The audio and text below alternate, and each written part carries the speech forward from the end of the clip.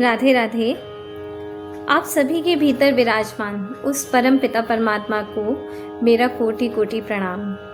गीतों के माध्यम से आध्यात्मिक यात्रा के प्रति एपिसोड की ओर हम अग्रसर होते हैं।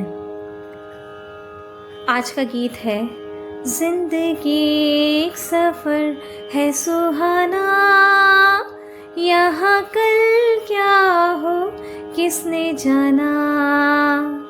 जीवन की लंबाई हमारे हाथ में नहीं है, परंतु उसकी गहराई और उसे सार्थक बनाना हमारे हाथ में अवश्य है। जब हमारा प्रत्येक कर्म ईश्वर को समर्पित हो जाता है, जब हमारी प्रत्येक श्वास ईश्वर के प्रति कृतज्ञता से भर जाती है, जब हमारा हर दिन आत्म विकास की ओर अग्रसर हो जाता है, तो जीवन केवल एक सफर नहीं बन जाता। तब जीवन आत्मा की परमात्मा तक पहुंचने की एक दिव्य यात्रा बन जाता है। और जैसा कि गाने में है कि यहाँ कल क्या हो किसने जाना, तो यह कोई नहीं जानता कि कल क्या होगा, लेकिन आज को प्रेम, सेवा, साधना और ईश्वर स्मरण से भर देना हमारे हाथ में अवश्य है। तो चलिए इस यात्रा की ओर चलते हैं। जिंदगी एक सफर है सुहाना, यहाँ कल क्या हो किसने जाना। जिंदगी एक सफर है सुहाना, यहाँ कल क्या हो किसने जाना। गीता जी कहती हैं कि यह संसार एक यात्रा है, स्थायी निवास नहीं। वासांसि जीर्णानि यथा विहाय। जैसे मनुष्य पुराने वस्त्र छोड़कर नए धारण करता है, वैसे ही आत्मा एक शरीर छोड़कर दूसरा शरीर धारण करती है। अर्थात हम सभी जीवात्मा यात्री हैं और शरीर हमारा वाहन। यहाँ कल क्या हो किसने जाना। तो भगवत गीता में भगवान श्री कृष्ण अर्जुन से कहते हैं कि कर्मण्येवाधिकारस्ते मा फलेषु कदाचन। तुम्हारा अधिकार केवल कर्म करने में है, फल पर नहीं।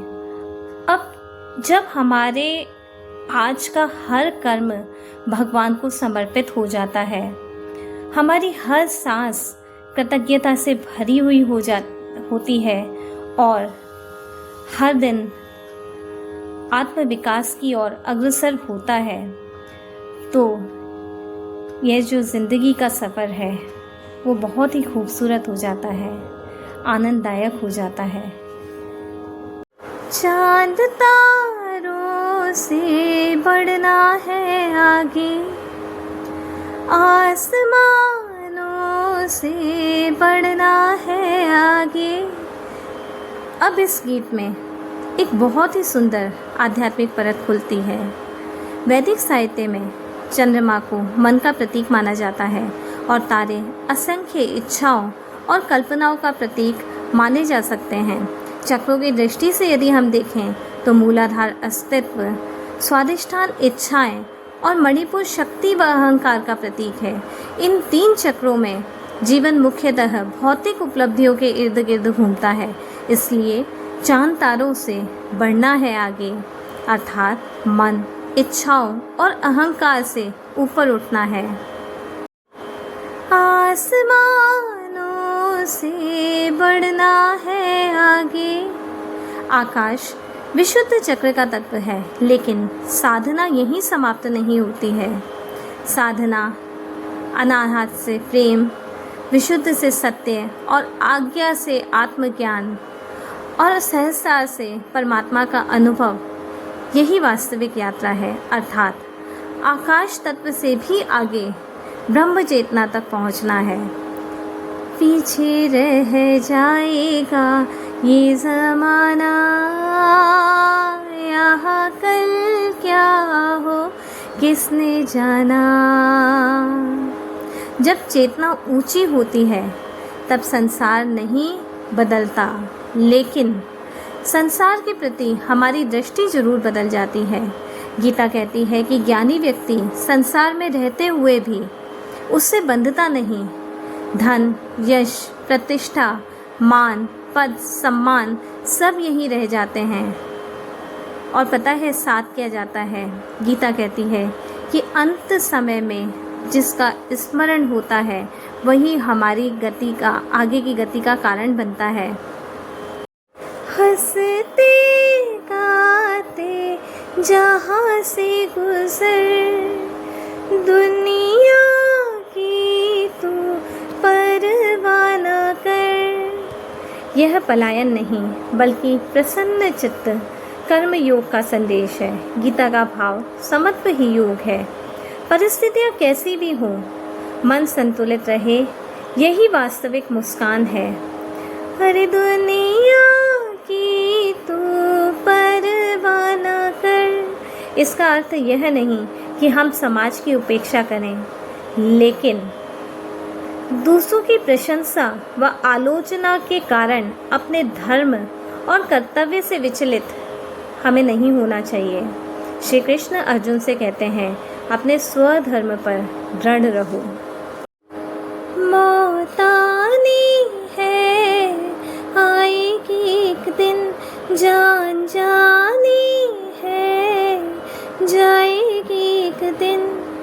ऐसी बातों से क्या घबराना, यहाँ कल क्या हो किसने जाना। यह पंक्ति कि मौत आनी है, आएगी एक दिन, यह हमें मृत्यु से भय नहीं सिखाती बल्कि जीवन का मूल्य सिखाती है। गीता जी कहती है कि जातस्य ही ध्रुवो मृत्यु ध्रुवम जन्म मृत्यस्य च। जिसका जन्म हुआ है उसकी मृत्यु निश्चित है। मृत्यु अंत नहीं बल्कि एक परिवर्तन है।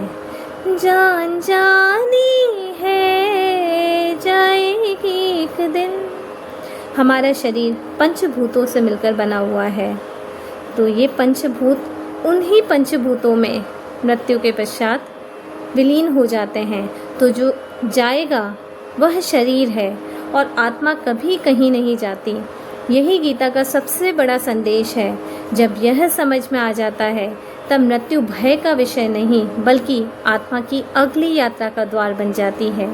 और ऐसी बातों से क्या घबराना, यहाँ कल क्या हो किसने जाना। उपनिषदों का संदेश है, जो स्वयं को आत्मा के रूप में जान लेता है उसके लिए भय समाप्त हो जाता है। भय वही है जहाँ ज्ञान है। जिंदगी एक सफ़र है सुहाना, यहाँ कल क्या हो किसने जाना। तो इस संपूर्ण गीत का सार यह है कि जीवन एक अवसर है, वर्तमान ही सबसे बड़ा उपहार है। कर्म करते हुए ईश्वर का स्मरण करो और संसार में रहो, लेकिन संसार को अपने भीतर मत बसाओ। मृत्यु अंत नहीं, आत्मा की यात्रा का एक नया चरण है। इसलिए प्रेम, सेवा, भक्ति और कर्तव्य के साथ जीवन जियो। तो ये यात्रा आपको कैसी लगी ज़रूर बताइएगा।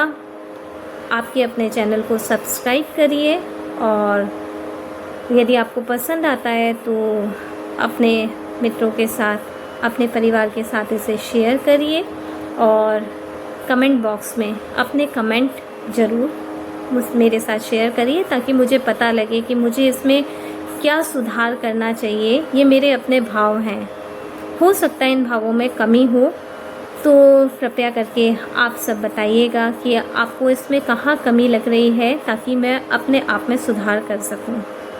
राधे राधे।